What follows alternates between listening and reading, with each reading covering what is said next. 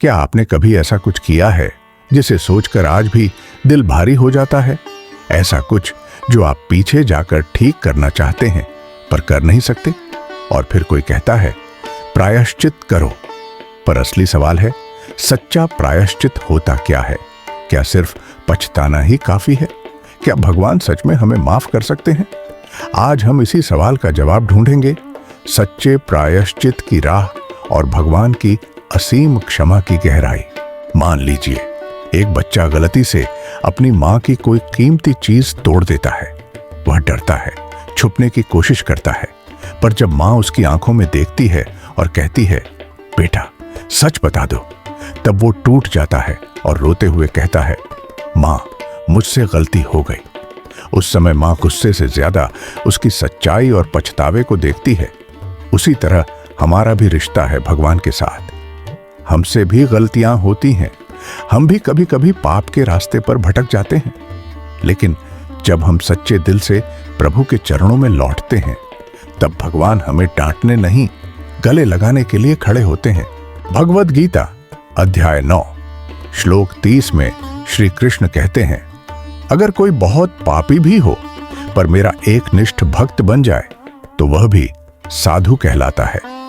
यह श्लोक बताता है कि भगवान हमारे अतीत से ज्यादा हमारे इरादों को देखते हैं।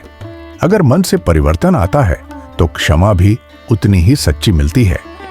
प्रायश्चित के 4 सरल चरण। 1, स्वीकार करना। सबसे पहला कदम है गलती को मान लेना। भगवान सब जानते हैं, पर जब हम खुद स्वीकार करते हैं तो हमारी आत्मा हल्की होती है। 2, पछताना, पर शर्म में नहीं डूबना।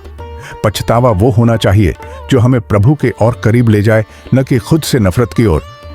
जैसे अर्जुन ने अपने संशय और भय को श्री कृष्ण के सामने रखा, वैसे ही हमें भी अपने अपराध भाव को प्रभु के चरणों में रख देना चाहिए। तीसरी, दिशा बदलना। प्रायश्चित का मतलब है कर्म की दिशा बदलना, गलती से सीखना और वापस उसी रास्ते पर ना चलना। हर दिन एक नया अवसर है प्रभु के करीब आने का।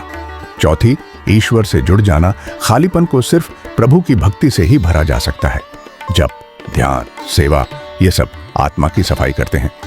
गीता अध्याय 18 श्लोक 66 में श्री कृष्ण कहते हैं, सर्वधर्मान परित्यज्य मामेकम शरणम व्रज, अहम त्वाम सर्व पापेभ्यो मोक्षयिष्यामि मा शुचः।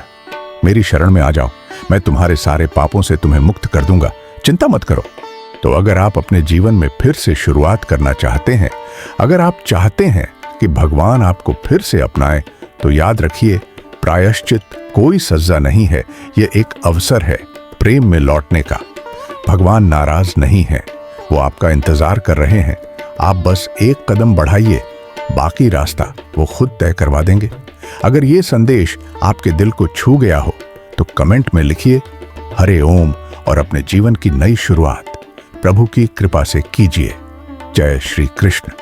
और अगर आप चाहते हैं कि ऐसे ही भगवद गीता से जुड़े सच्चे जीवन बदल देने वाले संदेश आपके जीवन में रोज आएं, तो वीडियो को लाइक करें, कमेंट करें। मैं लौट आया प्रभु और गीता वाणी चैनल को सब्सक्राइब करना ना भूलें।